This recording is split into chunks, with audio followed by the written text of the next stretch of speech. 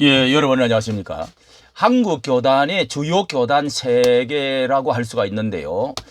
그리고 한교총 그리고 합동측이 어떻게 이 탄핵 바로 직전에 어떤 성명서를 내고 또 탄핵을 하고 나서 어떻게 지금 성명서를 발표했는지에 대해서 한번 알아보도록 하겠습니다.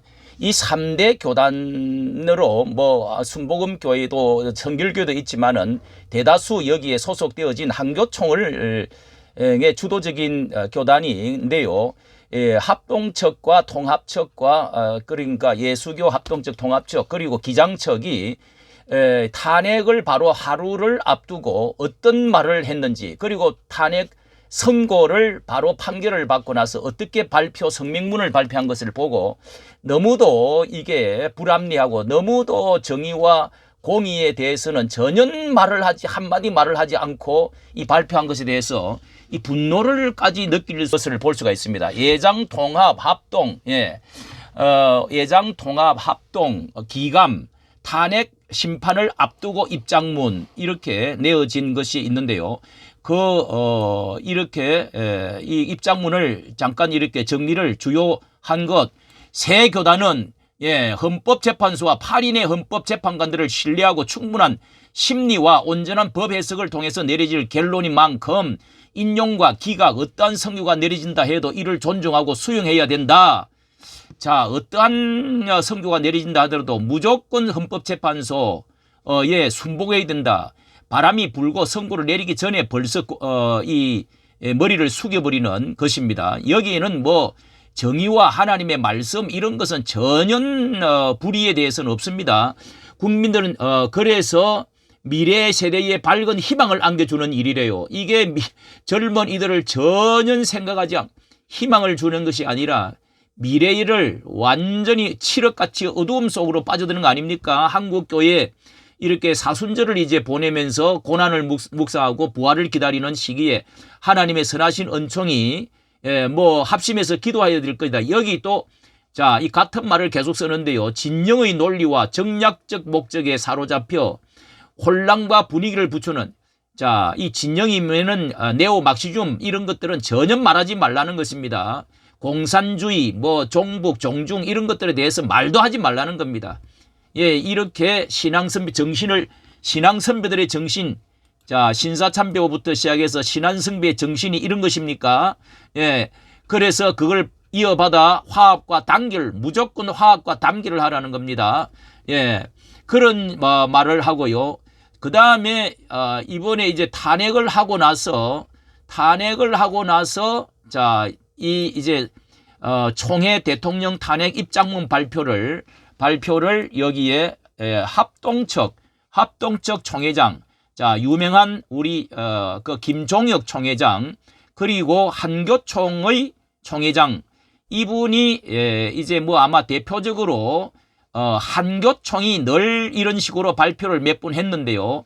한교총에서도 또 새 교단이 이제 주요 교단인데 이런 식으로 발표한 것을 똑같이 거의 같은 맥락으로 흐름으로 이렇게 발표하고 있습니다.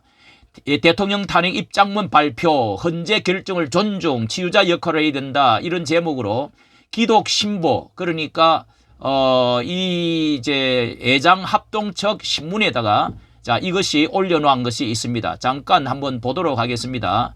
예, 헌법재판소가 재판관 8인 만장일치 의견으로 윤 대통령을 파면했다. 이렇게 해서 김종혁 총회장 명의로 입장문 발표를 했는데요. 헌법재판소의 결정을 존중한다. 이러면서 대한민국의 정의와 책임, 통합과 회복, 정의가 무엇이 정의인지, 무엇이 통합인지, 예, 이런 분열, 폭동이라도 일어날 줄로 생각하고 이렇게 이제 화합, 이런 것들을 굉장히 이제 늘 강조를 해오는 것 같습니다. 예, 통합, 중도. 자, 이 총회장은 취임을 할 때부터 김종혁 총회장, 예, 우리는 중도로 간다. 우리 교회는, 좌파가 많기 때문에 절반이 좌익 쪽에 있기 때문에, 진보 좌익에 있기 때문에 나는, 한 번도 30년 동안에, 이런 정치 이야기를 해본 적이 없다. 이런 소리를 한 사람이 김종혁 목사입니다. 예. 자, 과연 그럴까요? 이렇게 해서 우리가 진리의 말씀을 선포하기보다는 침묵했으며 이러면서 갈등과 분열을 따라갔다. 자, 이렇게 지금 광장에 나와가지고 외치는 사람들을 나무라고 있는 것이 대다수입니다. 자세히 보니까요. 김 총회장은 이번 사건을 성찰을 기회로 삼아서 자신을 돌아봐 정의를 강같이 흐르게 하며 이웃과 나라를 위해서 기도하는 자리로 돌아가야 된다. 세상에 이렇게 말씀을 선포하기보다는 침묵했으며 뭐 이게 이런 소리. 세상의 갈등과 분리를 따라갔대요. 분열을 따라갔다. 갈등과 분열에 빠진 대한민국 위에서 총회와 교회의 역할을 제시하는데 이런 말도 합니다. 총회와 교회는 진영과 이념을 넘어, 그러니까 진영, 이념 이런 것은 공산주의든 뭐 불교 네오 막시즘이든 김일성이든 간첩이든 뭐 무슨 소리든 여기 또 공의 같은 거를 말하는데요. 공의를 하수처럼 흘려라 하는데 선지자적인 외침은 전혀 없습니다. 어둠이 오고 지금 이 나라가 위기에 이렇게 불의에 가득 차 가는데도 짓지 못하는 벙어리개, 그리고 눈 감은 소경적 역할을 하고 있습니다. 자, 여기에 아울러 이렇게 자, 이 첫째 성명서에 이렇게 말하고 있네요. 나라를 무너진 나라를 세웁시다. 중보자가 됩시다. 이러면서 이러면서 이렇게 자, 첫째 우리 첫째 이 판결이 아픔과 상처를 치유하는 전환점이 되기를 원합니다. 바랍니다. 진영과 이념을 넘으래요. 국가와 통합과 늘 통합, 중도, 양측 극으로 가면 안 된다. 이런 말까지 했어요. 기자가 질문할 때. 이렇게 해서 상처 입은 이런 치유자가 되어야 된다. 무조건 치유, 무슨 통합, 중도, 화합. 이게 이제 바로 이분도 WCC를 따라갑니다. 이게 이 통합 합동측이 이러면 안 되거든요. 저는 이 고신척과 합동척을 위주로 쭉 그런 신앙으로 살아왔는데 이 칼빈주의와 성경은 이런 게 아닙니다. 이렇게 무조건 이렇게 통합, 합동, 화해, 일치 이런 것을 무조건 치유 이런 것 이러다가 부패와 이렇게 해서 완전히 WCC 이런 데다가 혼합주의가 되어가지고 결국은 망하는 겁니다. 세상의 모든 악한 이 거짓의 영들, 붉은 네오 막신즘이 들어오는 것이죠. 자, 이렇게 투명성과 뭐 첨념을 기반으로 세워지기를 리더십이 또 새로운 리더십은 미리 뭐 이제 리더십이 공의와 책임을 이렇게 이 윤 대통령이 나라를 반국가 세력에 대해서 말하는 것에 대해서는 전혀 말을 하지 않습니다. 한마디도 하지를 않습니다. 이게 지금 대한예수계 총회의 자, 그러면은 제가 과연 이분들이 서 내용이 이런 것을 보면서요. 이 온누리 교회 목사의 기도에 그 눈물을 바로 탄핵하고 다음 주 이틀이 있다가 이 많은 목사님들이 어떤 심정으로 설교하고 기도했는지를 제가 찾아 올린 적이 있는데요. 정말 피눈물을 흘리듯이 이렇게 눈물을 흘리는 목사님들이 많았습니다. 여러분 박조준 목사님이라든지 이런 우리나라의 정말 대표적인 김진홍 목사, 그리고 구름대처럼 모인 이 반대 집회 성도들의 눈물을 하나도 그 함성과 눈물을 닦아주질 않고 있습니다. 귀에 들리지를 않습니다. 한기총과 그리고 서기총, 서울기독교 총연합회, 그리고 한기총, 그리고 17개의 광역시 단체 255개의 그 연합단체가 있습니다. 그런 데서는요, 전부 또 이렇게 지금 윤 대통령이 하고 있는 것을 찬성한다 이렇게 발표를 많이 하고 있습니다. 자, 이분들이 더 지금 어디가 잘못됐는지 잠깐 여기가 제가 정리한 이런 것을 한번 보도록 하겠습니다. 박조준 목사님, 이분이 어떤 분입니까?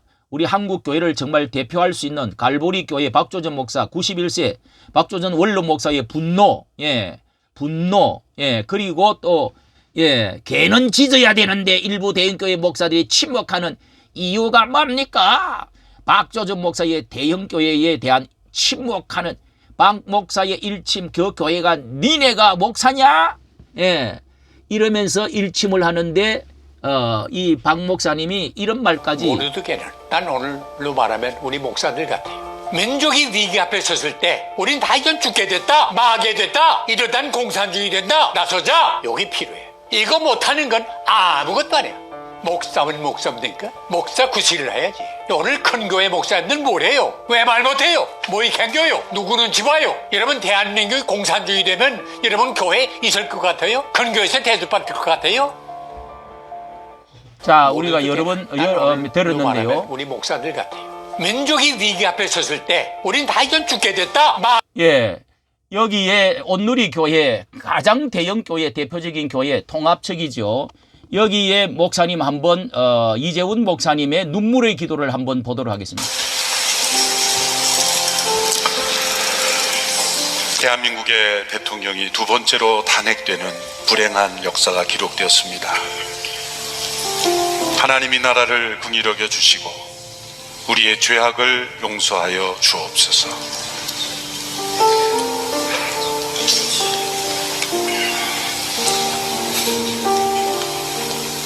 피눈물이 흐릅니다.